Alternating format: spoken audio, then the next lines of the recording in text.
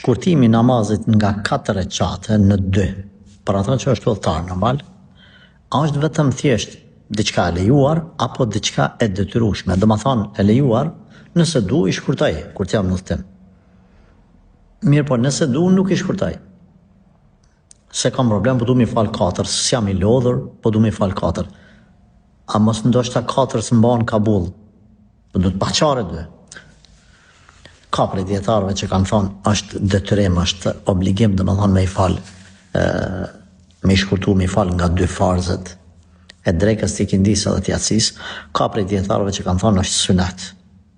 Ju e dini se mrenda të lejuarës, gjithmonë unë e ja përgjigjen aty ku është ma lehtë. Mrenda të lejuarës. Themi, nuk është farz. Nëse i plotson, të pranohet, por nuk ke bën mirë.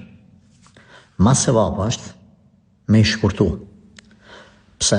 Se pejgamberi sallallahu alaihi wasallam gjithmonë i ka shkurtuar në udhëtim.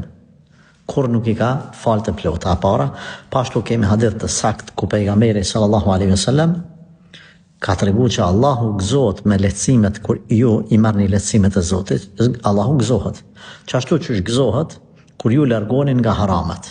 Domethënë, nëse unë largom prej një haramit, Allahu gëzohet.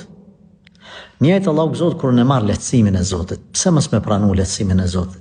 O ju besimtar, pranoni lehtësimet e Allahut. Pse po bëhesh arrogant? Jo, nëse du mi fal 2 recat, drejkon du me fal 4. Shkurtoje. Edhe është lehtësim për ty, edhe ma sevap, edhe pasimi sunetit pejgamberit sallallahu alaihi wasallam. Ma i devotshëm se Rasulullah sallallahu alaihi wasallam nuk ka qenë askush. Përderisa ai ka shkurtu. Pse nuk i shkurton edhe te? Pra themi është lejuar me i plotsu, por nuk është ma mirë. Ma mirë është me i shkurtu.